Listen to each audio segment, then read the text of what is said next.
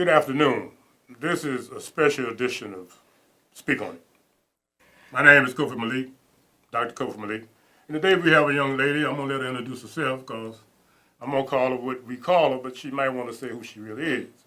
We have a few issues we want to talk about, but I got to give the staff credit, and I appreciate them putting me in check. Because I really wanted to go straight up, raw and naked. I had seen some on Facebook, and the teacher and the kids was kicking it. And I really thought that would have been a good opportunity to come here and have the full sense of that. But I was told, no, not really on 21. You got to be a little bit more discreet. So we're going to be discreet. There's a few issues we're going to talk about. One, the issues we're going to talk about. And I want you to understand the overplay here, because the underlay is serious. Teacher get called B-I-T-C-H in the classroom, and in that life lesson, she called the gal a B-I-T-C-H too. That's one thing we're going to talk about. Now I'm giving you the overview so y'all can get time to get ready to call here. You see the number on the screen. This is a live and active call-in. Now, several young people were supposed to be here. The young boy called. His grandmother had to go to the hospital, so I understand it. The sister here got here. She called the bus. I really salute her for that. She going to communicate a poem that she wrote. We're going to discuss that. Then if we get a chance, we're going to talk about Chance the Rapper, who has really become a very interesting activist, donating money to CPS, challenging the administration and others, trying to see why their priorities are not young people in schools. And then we want to talk about something that I just can't hardly believe. That we got kids that can't even write their own signature. And somehow or another now they say we're going to start back teaching it. I can't get with all that. But Lily, tell me who you are, what you're doing, and woo-woo. Hi, my name is Shatonia Chapman, but I go by Lily. I attend Austin Career. I'm on the honor roll. I'm a senior in high school, and I plan on going to Malcolm X to be a pediatrician. That's very good. Lily showed me her grades the other day, and she was sort of upset. All B's. And I'm trying to figure out what you upset about. Because I can do better and have all A's. See, I like that. You can do better and have all A's. Now, tell me about this program you all involved in that Mr. Harold Davis have over at Heffernan. Just tell me a little bit about what you all do, and just relax, and we're going to kick that too. We work together. It's kind of fun because you meet new people and get a chance to talk to other people. And we work together basically remodeling the auditorium over to a new color. They like it so far, I do too.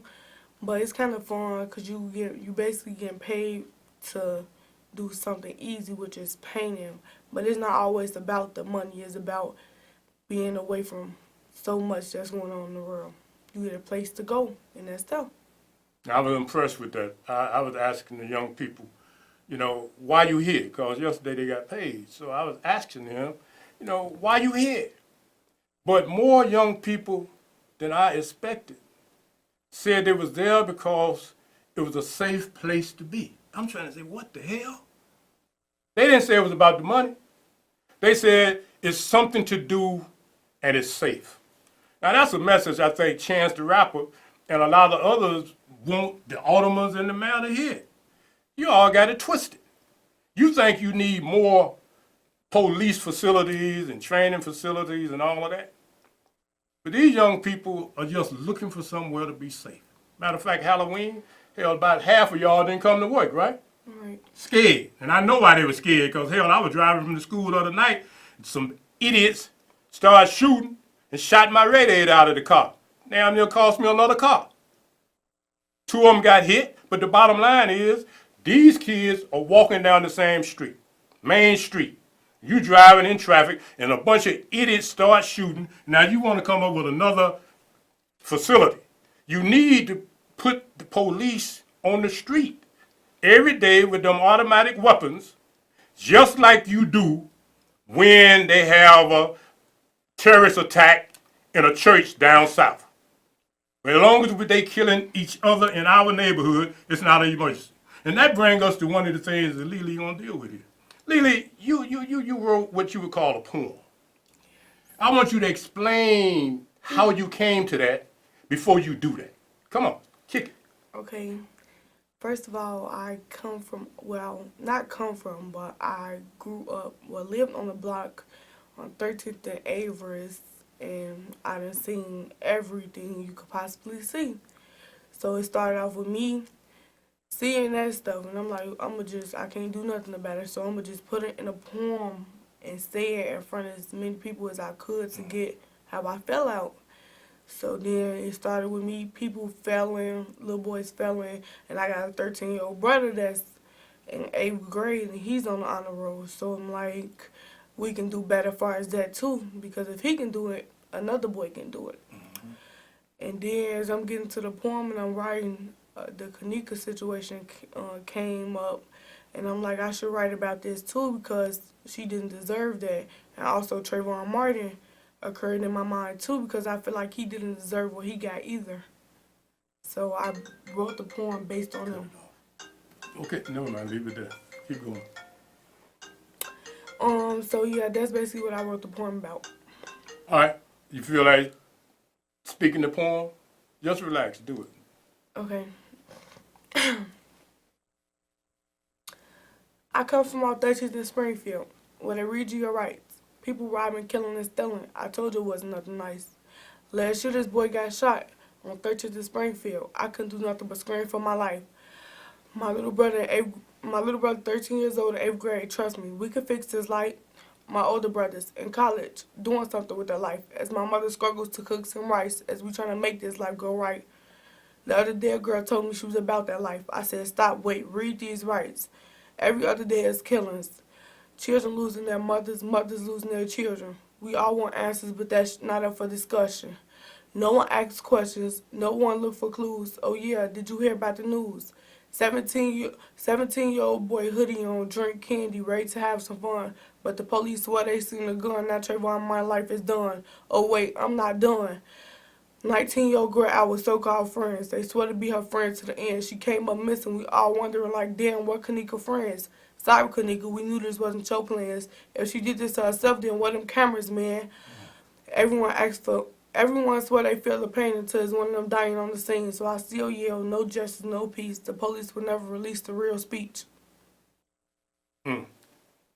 That's all profound, girl.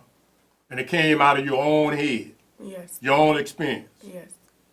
Now, how many of your peers feel like that? How many of you all walking around with that type of energy? I feel like everybody, but nobody speaks up because they know nothing's going to change. The police not doing nothing but the same thing that people doing on the streets, which is killing us. That's interesting. How old you say you are? 18. And that's how you feel. Now, I know y'all used to a lot of little sanitized kids. Real nice little, whatever. I'm telling you, these kids we working with, the Mr. Harold Davis got, they ain't sanitized it at all. They live this thing every day. So when she came in and she presented it to us in the group in the life skill development session, I heard her, and Mr. Davis heard her, and we sort of figured, and he's going to probably have on the radio show. We sort of figured that this is something. I don't want to call it pain. I don't want to call it none of that. I don't want to labor it. But I think it's important that Lily get an opportunity to express herself. Didn't nobody teach her that. She felt that, so she expressed that. And that's part of what we try to do with this whole concept of what Mr. Davis is doing in these schools and what Ritual Current team tries to do as it relates to the older generation and the younger generation coming together, trying to communicate so people can understand some of what's going on. Lily, just another thing, I'm real concerned about. What's that? The other day, can you write? I mean, Yes. cursive. No. Lily, I want you to hear this here. Can you write cursive? No. Here's an 18-year-old honor roll student. 18, headed to college, can't write cursive. Now that's a DAMN shame. Boy, this 21. Y'all too restricted, man. I need to be able to go there with that. That's a shame. How can you be all the way through school? When did that happen? Because my grandfather, who was born in the 19th century, he could write his name, Kersey. Dropped out, hell, it wasn't no dropped out, wasn't allowed. He went to school to the 3rd grade, but he could read, he could write. But now my grandchildren, which are your age, can't write their name in the Chicago public school. And one of the things that blows me with that is that Senator Lightfoot and others in Springfield just got those people down there to override Rauner's veto of the initiative to mandate that these young people be taught no later than the 5th grade how to sign a check, how to sign a legal document. Matter of fact, how to write. Printing, we never saw printing as writing. We just saw printing as printing. Writing is writing. That's courtesy. But they think just because you can train your thumb, that's going to be arthritis out by the time they get through with it, that's it. That was a trick. It was a trick. Get our children so they be dumber than their great-grandfather.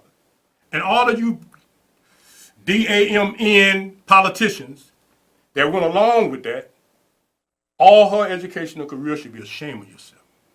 Lily, how do you feel, baby girl, not being able to sign a check? I don't understand it. Help me and somebody else understand. How do you feel? Do you feel it's normal? No, I don't feel it's normal. I think they just felt like in 2nd and 3rd grade, we wasn't going to need it. Because in 2nd and 3rd grade, they was just going over the A's and B's. We never wrote a actual word out in cursive. We just wrote the A's and the B's and the C's all the way up to Z. We never just wrote the letter. That's all we ever did.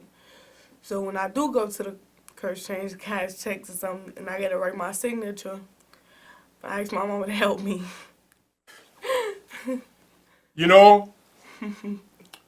know, see, this is what you politicians, you preachers, and all you other so-called leaders, this is what you've done to this child.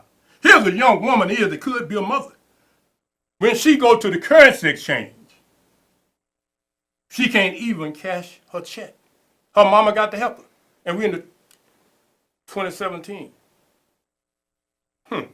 That's sort of sad. And then, what's his name, Rahm Emanuel, dude got the audacity to say that she will not be able to actually get her diploma unless she's accepted by some college or some job, some program, some military, something or another. But how in the hell can she be accepted by anything when she can't even sign the application, Rahm Emanuel? So instead of you worrying about them being locked in after going through 12 years of this insanity, non-education that you people give them, you should be concerned about being sure that they learn basic life skills. How can a young person, I bet it's just black kids, I bet you them damn, Lord help me. I bet you everybody but the black kids know how to write their name. I bet you everybody in the system but the black kids know how to write cursive. I bet you they do. But yet you done slid this trick on my daughter, on my granddaughter. Now some of them other kids supposed to be driving, calling in. I don't know what the hell wrong with them. I gave them the telephone number, so y'all need to get up off your behind and get on that telephone because this is something that's serious. I'm going over application with a kid and she write a leather and call it a signature. So I asked her, what's your signature? She said, I don't know how to write. Mr. Davis was sitting there. He saw me looking so crazy. He intervened. He said, well, they don't teach them. I could not believe that. You tell me you educating kids and you don't teach them how to write? All of you colored butt aldermans and you handkerchief head preachers and the rest of y'all need to be whooped with a bullwhip. For you to let your children grow up in the city of Chicago and let these so-called educational people to steal their future.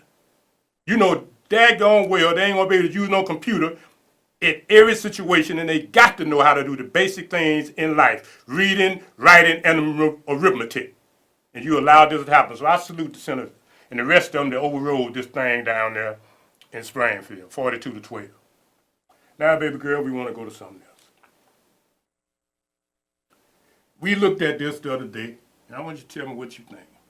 We looked at it. This teacher was teaching, and this little heifer called the teacher B-I-T-C-H. And the teacher went into a life lesson position, and she explained to her that if you do this, I'm going to call you one back. And she did. And everybody want to be sensitive and want to say that the teacher was wrong. And we discussed it. And a lot of the young people had very mature, well, all of them had very mature positions on it. I'm a little strange. My position is, you act like a bee, she called you a bee, now go sit down and tell you a bee mama. Because what happens is, I see it all the time. The mothers call those little bitty babies B-I-T-C-H. The mother and her girlfriends call each other B-I-T-C-H. So the kids, the students think they can call everybody B-I-T-C-H. And because the system has allowed them to think that there's no consequence, they do whatever they want to. And then when you check them, they say, well, you're supposed to be professional. But they don't understand professional. Lily, how did you feel about that girl calling that teacher a B-I-T-C-H? I feel like she wasn't wrong, but she was wrong. Because, for one, she wasn't wrong because the girl did disrespect her first, so she had the right. But by her being an adult, she know better. Like Dr. Malik said, the child don't know better because her mother and friends call her this. So she calling, she doing what she see. She is old enough to know, but the lady is an adult, so she should act like an adult and let the stuff fly. But she didn't. So she ain't wrong, but she is wrong. That's interesting. I can't argue with that. A teacher and an adult are held to high standards.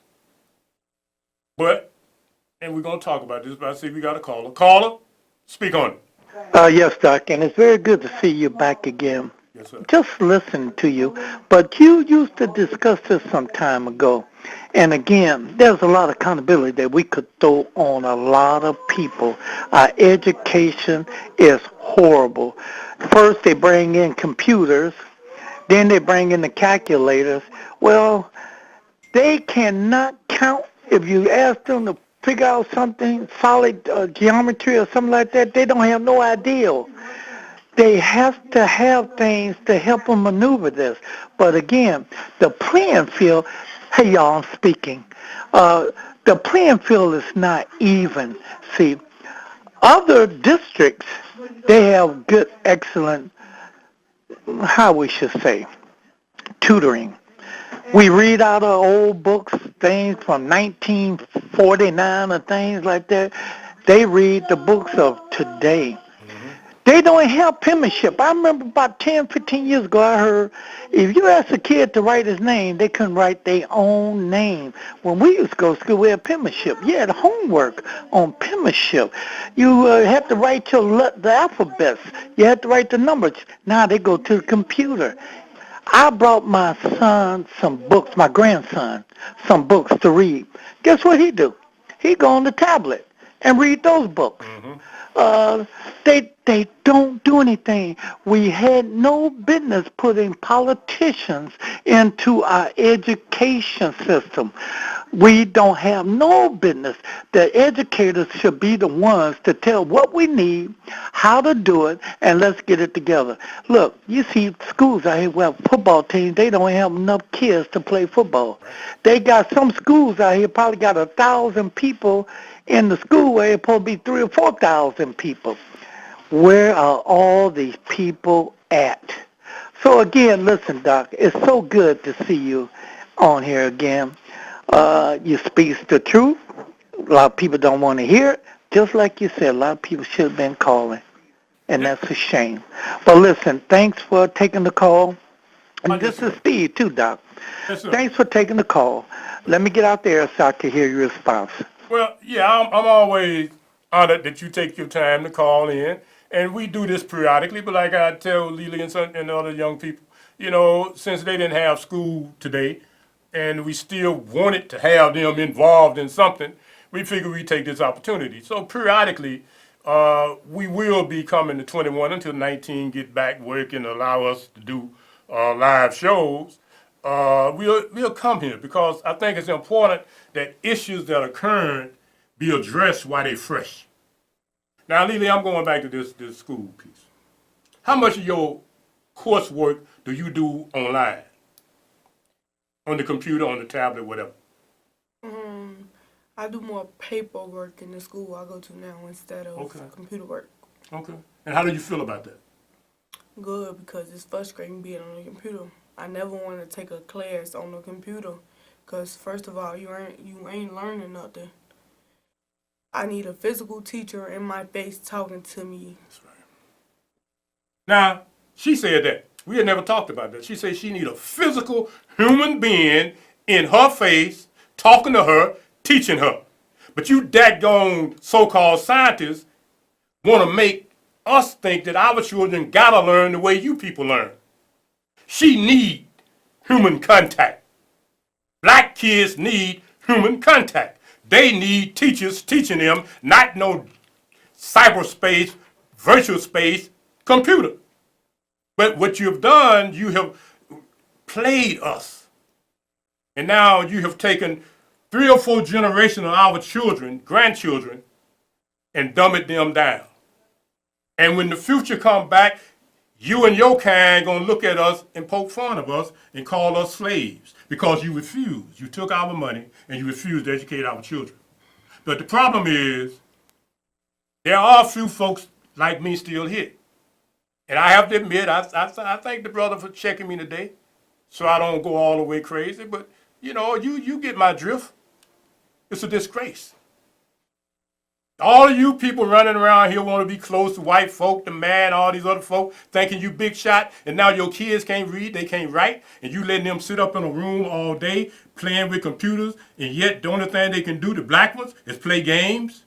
Yet the black boys that were supposed to be here today, yes, they did call and say why they couldn't be here, but when we asked them, Lily can verify, they are very scared to do this. So many of them are already on probation. They don't have a problem being on probation. You treat them like they're adults, but you can't teach them how to be students. Disgraceful. Yes, caller, speak on it. Caller? All right, do we have another caller? Yes, hi, Doc. This is Linda Wilkes. Hey, Miss Wilkes, how you doing? I'm real good. In Good. fact, I'm great. And I was just amazed when this young lady Thank you. stated that she could not write cursive. That was just shocking to me. I'm really shocked. But actually, this just really gave me some insight, more deep insight into how the powers that be, the greater society, how they are programming and conditioning these children. Now, they already know. They knew their curriculum. They knew that these children would not be able to utilize cursive writing. So now they know that, so they put them to the test to make sure they fail. This is all by design. This is a part of the greater plan to bring about the demise of the African-American community. There is, and it brings about not only just their demise, but a genocide. Because, first of all, they do not teach these children how to think. They teach them what to think. And then they will not even teach them how to articulate what they think. I mean, what type of expectations do they have? They have a very low expectation, and like I say, it's by design. This is to create generational genocide, because you know, as I know, when these young people run out of words because their vocabularies are low, they must keep expressing themselves. So what they do, they become violent. Because guns are available, being placed in the community. Everybody knows, but nobody wants to talk about it.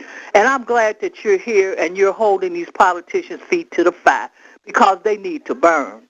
They need to burn because they are allowing these children to be negated. At this level, it is unbelievable. And I have to compliment this young lady for having the will and the courage to come out and speak, because she represents millions. Not just here in Chicago, all across this nation. This is what is occurring to an entire generation. It is really, really sad. And these ministers or pastors, whatever who we all call the gatekeepers, they're not keeping the gate. What they have done is kept the positive energy outside of our community, and they have collected the energy from the powers that be. This is a shame, Yeah. and I'm really appalled. But I'm glad that you're back on here and you're bringing all this to the forefront, because the light needs to be shined on this here type of darkness, because this is bad. Someone has to be responsible. Who is going to take the responsibility? And the fact that you allowed this young lady, or you inspired her to come out and talk about this is excellent, because now this is giving her an opportunity to vent.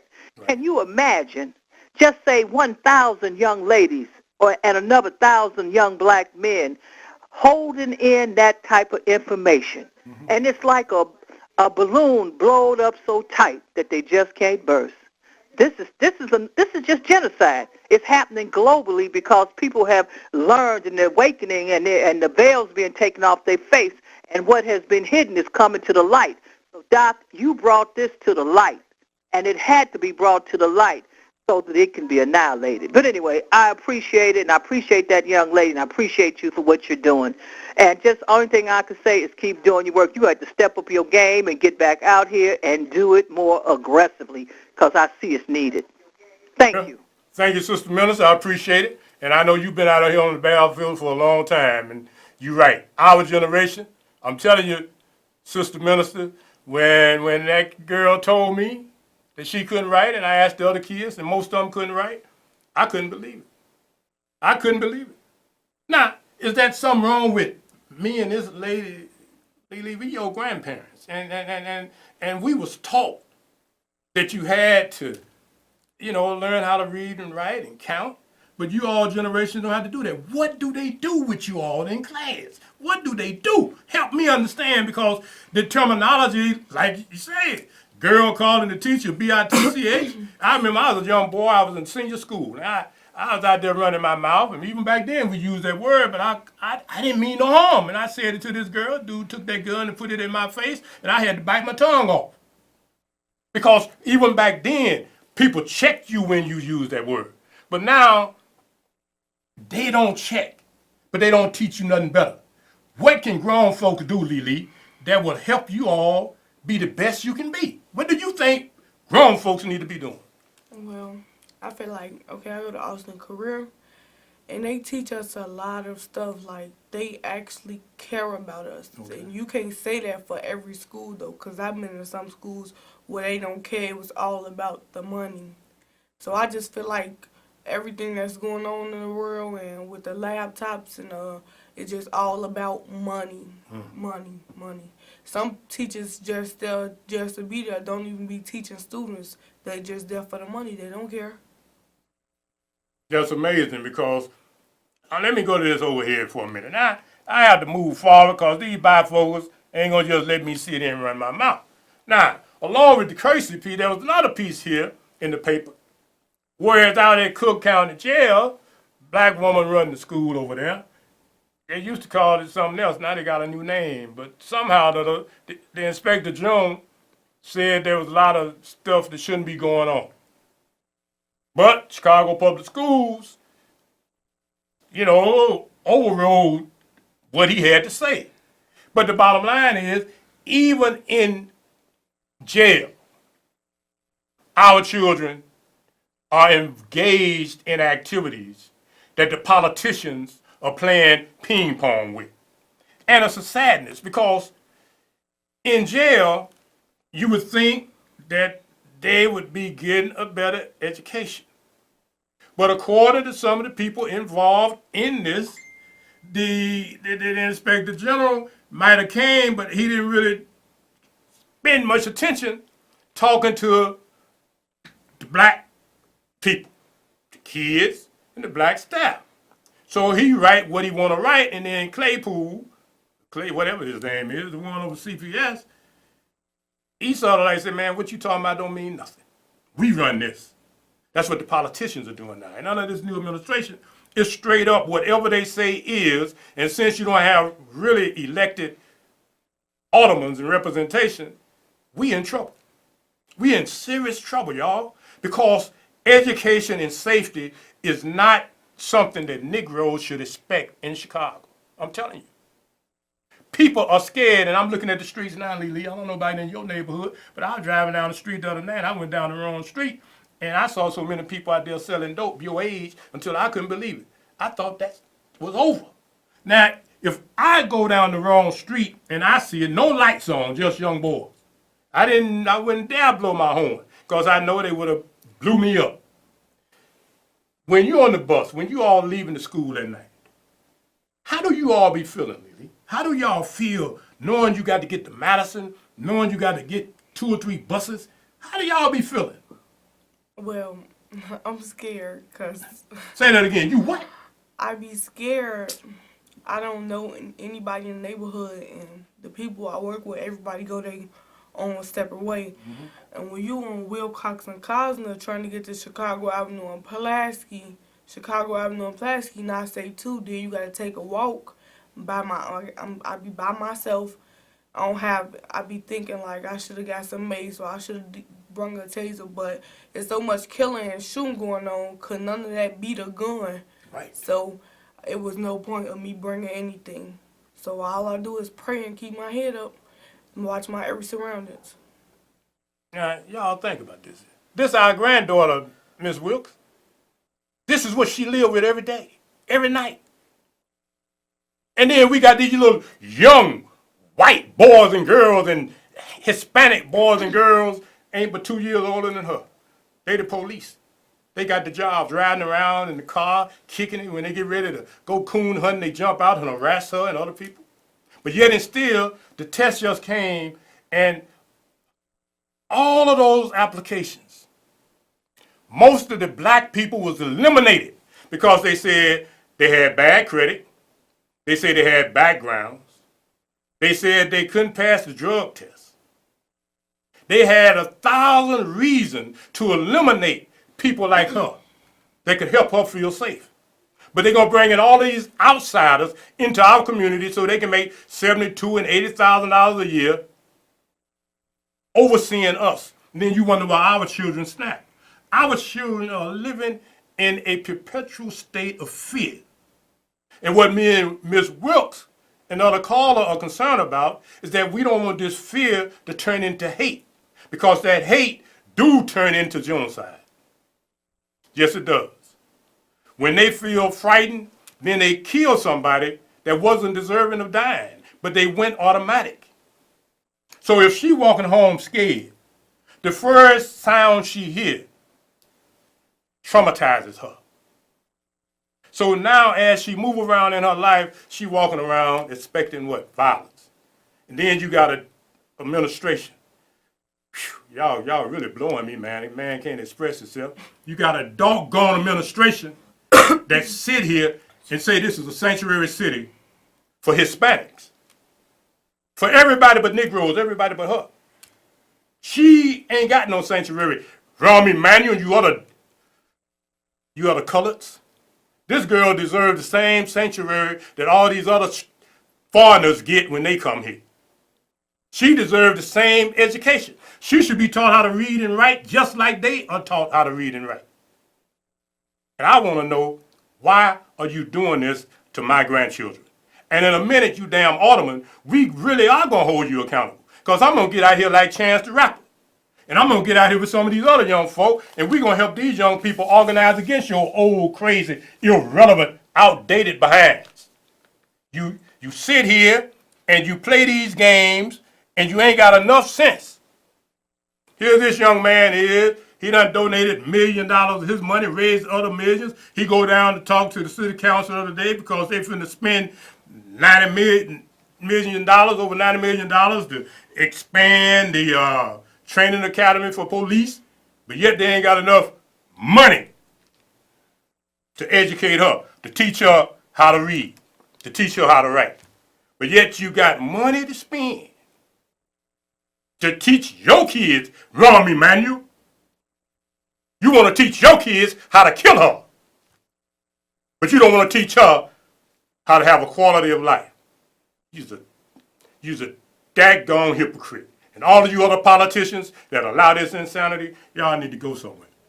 I was talking to a young lady the other day. She the one put this Chance the Rapper back on my head. She said, "What you think about Chance?" And I said, "Well, I think the young man need to understand. He need to understand this here.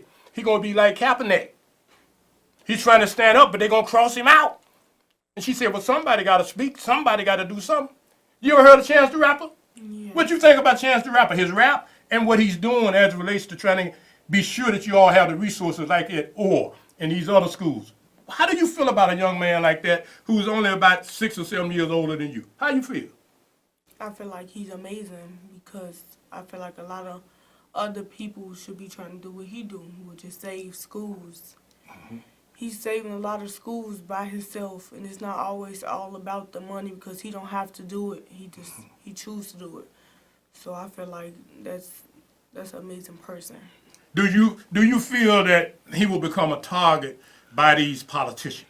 He's trying to help you, but usually seem like when somebody try to help y'all and help us, they get hurt. How you feel about that, Lily? I feel like, yeah, he gonna be a target because you can go 4 steps up and they're gonna knock you 2 steps down. But that don't mean that you have to stop fighting for what you want, what you're trying to do, what you're trying to accomplish, what you're trying to be. You keep fighting. So I'm on his side 100%. You know, look at this girl. She ain't been programmed for this. She ain't been tutored. She ain't nothing. She just, she thinks she grown. You grown, Lily?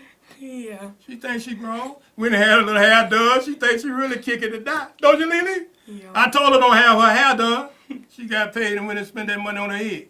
Hell, you looking all right all through the week. All that dust, all of that sandpaper dust in your hair. She said, "Man, they ain't coming down there looking crazy, looking like ain't your mama." Right. I'm glad she came. I'm proud of her. And I'm sure her parents are proud of her. She's just one of those children that Harold Davis is recruiting and employing. I salute that brother because that brother be out here. He makes sure these kids get paid, man. He be out here hustling. He help us a lot. He do. Tell him a little how you feel about Mr. Davis. I know you talked to him the other day. Just say him and Miss Brown, they be looking out, man. They be looking out there. They go beyond the call of duty, right or wrong. Right. They do. Them kids got paid last night. Not one complaint. Not one kid didn't get paid. No excuses, no nothing. Why? Because Harold Davis and Miss Brown and them, they believe that these kids are the priority. I wish the damn administration, the city administration, I wish they felt that the children were the priority. All right, caller, speak on it. Yes, I want to just comment briefly on Chance the Rapper in that this young man is 24 years old. 24 years old had raised $2.1 million. Okay? Now, grown folks, 44 and 45, 50, 60, whatever, we sit around with our little excuses and our reasons and our fears and our don't want to do it attitudes. Mm-hmm. That's what's going on. Mm-hmm. Chance says, no, I'm not listening to you people. Right. I'm doing this by myself. He didn't go to Jesse Jackson. He didn't go to Al Sharpton. He didn't go to the reverends at the churches and all this kind of stuff. This man at 24 years old has demonstrated more manhood in Chicago than anybody else has in a long time. And I honor this young man. Right. And the reason I honor him is because he got guts. Mm-hmm. And he's not dependent on our little scared BS conversations and talks. Mm-hmm. So, Chance, hey, I honor you, I support you, and believe me, I'm old enough to be his daddy. Mm-hmm. And I think we need, as men, especially black men and black fathers, to stand up and speak up. All we're doing is just giving each other excuses to do nothing. It's true. And it's BS. And our women, our girls, they don't have an opportunity to be with men. See, because a man represents confidence. A man represents courage for his own people. And Chance has stood on his feet, and he's still standing on the feet. Now he wants to take on the police department. Hey, I definitely support him, and thanks for your show. Oh, yes, sir. Thank you. I appreciate you calling. And the truth is, that's what we need. We need men like the brother and sister minister Linda Wilkes to help echo. Because I have to admit, I be sort of like stepping to the side a little bit too, because I'm looking at all these people out here running their mouth, and I don't want to talk about getting paid and all that, but they are. I just don't know, man. But caller, speak on it. Speak on it, caller. Hello? All right, next caller. Now, it appears the caller somehow or another got disconnected. I don't know what happened. But now, Yes, like this brother. Dr. Malik, Yes, sir. this is your friend Ray. Oh, Ray, what up, though? How you doing, sir? Yeah. Oh, great. And you? Fine, sir. Yeah, I was looking, and you and Mr. Matthews had shows on Saturdays, but they weren't live. I'm Right. so happy to see you back. Yes, But sir. listen, you know why this city isn't a city anymore? People worked hard to get the majority of people that are African Americans and Hispanics to be the majority. Now, has that done any good? No, it hasn't done any good. We need jobs. We don't need, well, the only time we see these people is when election time. People vote color. And I don't care what color you are. If you're not doing the job, you got to get them out. But the thing is, Rahm Emanuel has them right where he wants them. They have hundreds of millions of dollars of construction right now going on downtown. And there's not one African-American or one Hispanic construction company on there. Or they only hire people because they have to. So you know what, Doc, we got to get these people out of office.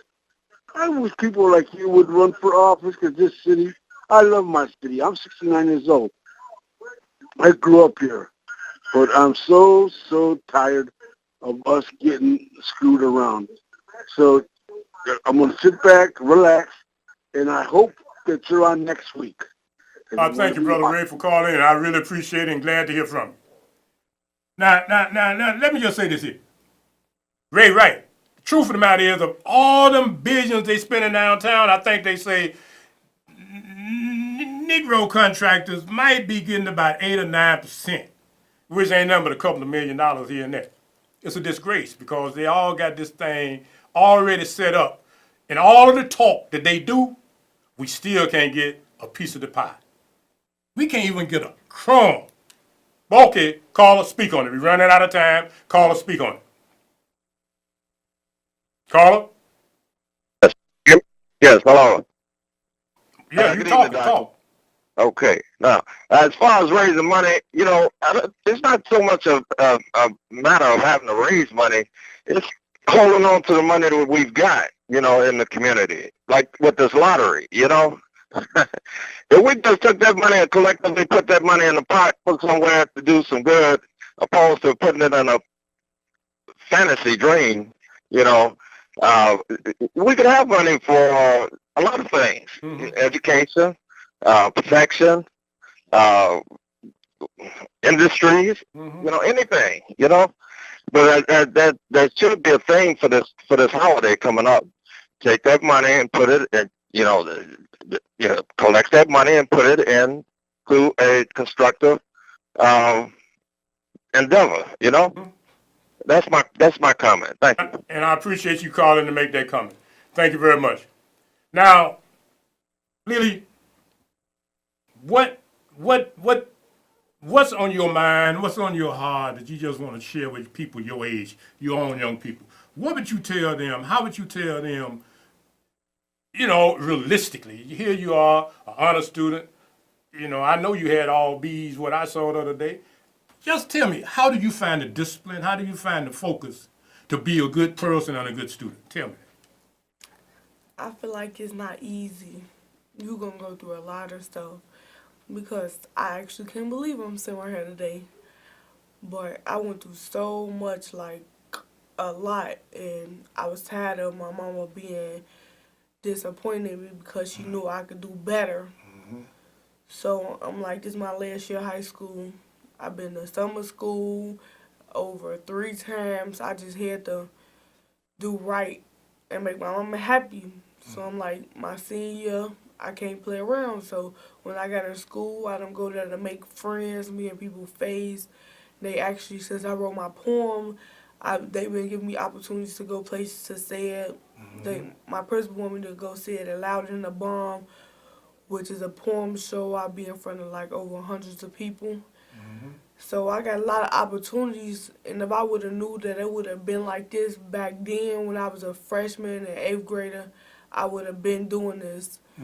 But my grandma helped me out a lot. My grandma name, Ms. Mandeldove, she helped me out a lot.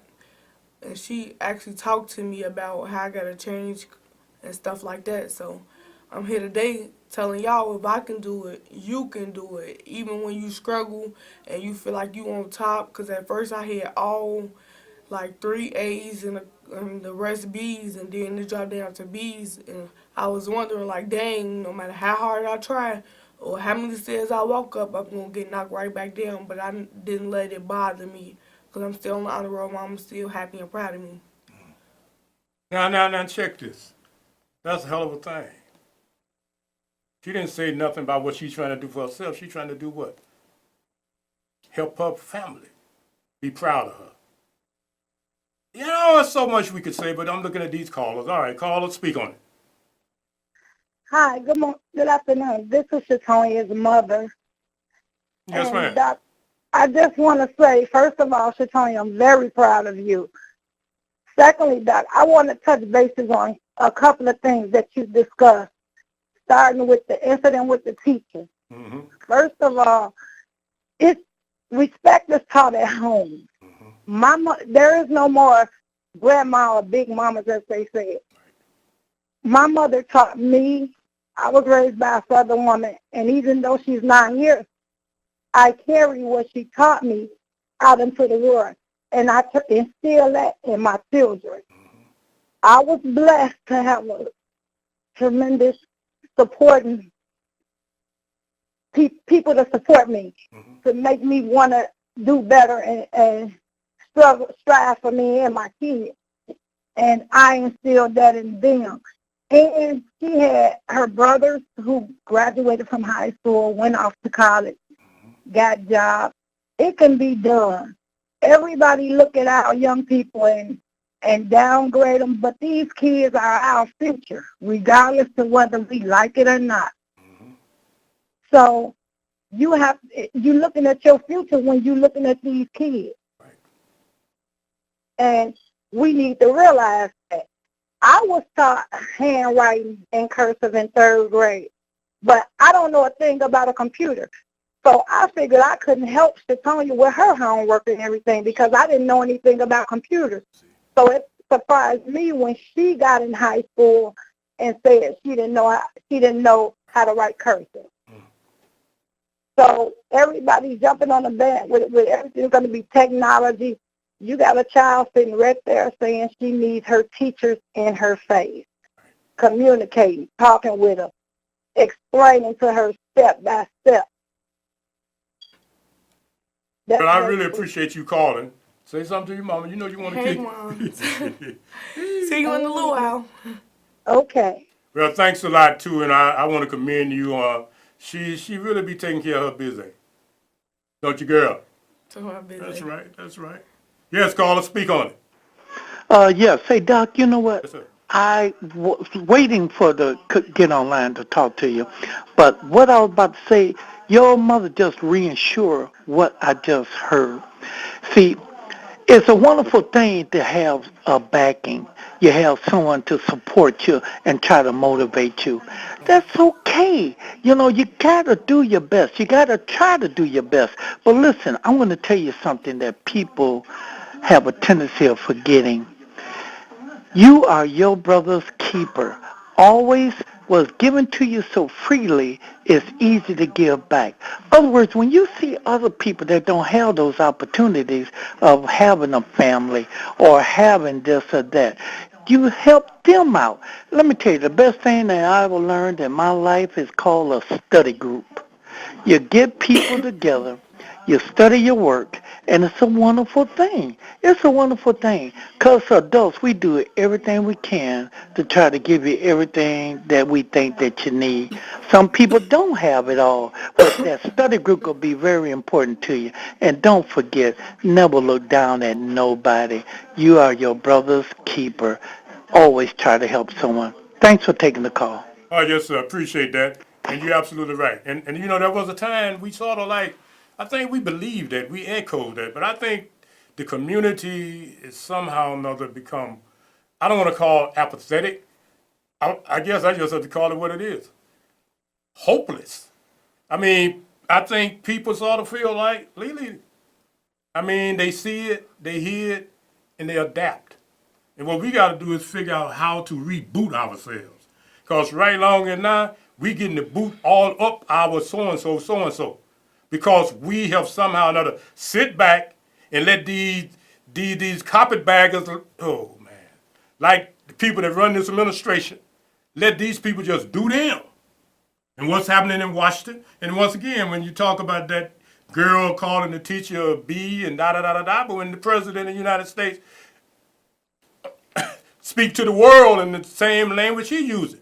So in a minute, the whole fabric of this society will erode unless we support and embrace and encourage Lily and her generation. Because Chance the Rapper, Kaepernick, and a lot of other young people, they are doing a greater job, like the caller said before, than a whole lot of folk out here now. They made a big thing by President Obama going jury duty the other day. That was good. But I sure wish he'd come over to Heffron and walk to the bus stop with Lily. I really think that's what he and some of the rest of them should be doing, coming to the streets. Let your feet walk the ground where this child foot is out to walk as he trembles. Got 2 minutes. Lily, tell me whatever you want to tell me. You take the last minute or so. Just run your mouth. I just feel I feel like that. Well, I'm happy we actually got we had a black president, but I just feel like they speak on a lot of stuff, and a lot of people on TV speak on a lot of stuff, and on social media, like the situation with Kanika, a lot of people speak on that, but they don't know the real pain, and that's what I put in my poem. A lot of people speak on what they would have done or what their parent would have done to their friends, but you never know what you are doing till you in them shoes and you're going through it. So I just feel like a lot of people shouldn't speak on, well, it's okay to have your opinion, but when you like bashing somebody, you shouldn't do that because you putting them in an uncomfortable spot. I don't like that. Ooh-wee. Boy, the girl sure got a lot of sense. Right. Don't be bashing folk, running your mouth. You don't know what you're talking about. You got a whole lot to say, but you don't do nothing. I hear all these folks talking about what they doing. I don't never see them. I be standing out there, be cold as hell. Safe Passage workers standing out there under all type of adverse circumstances. Then I hear all you big shots running around saying this and that, but you ain't standing nowhere and running your mouth. But until next time, I'm going to stop running mine. Girl, thank you for coming. Thank you so much. And you wait till Monday when I snap on the rest of them that did not do what they supposed to do. I am going off. Until we meet again, we out.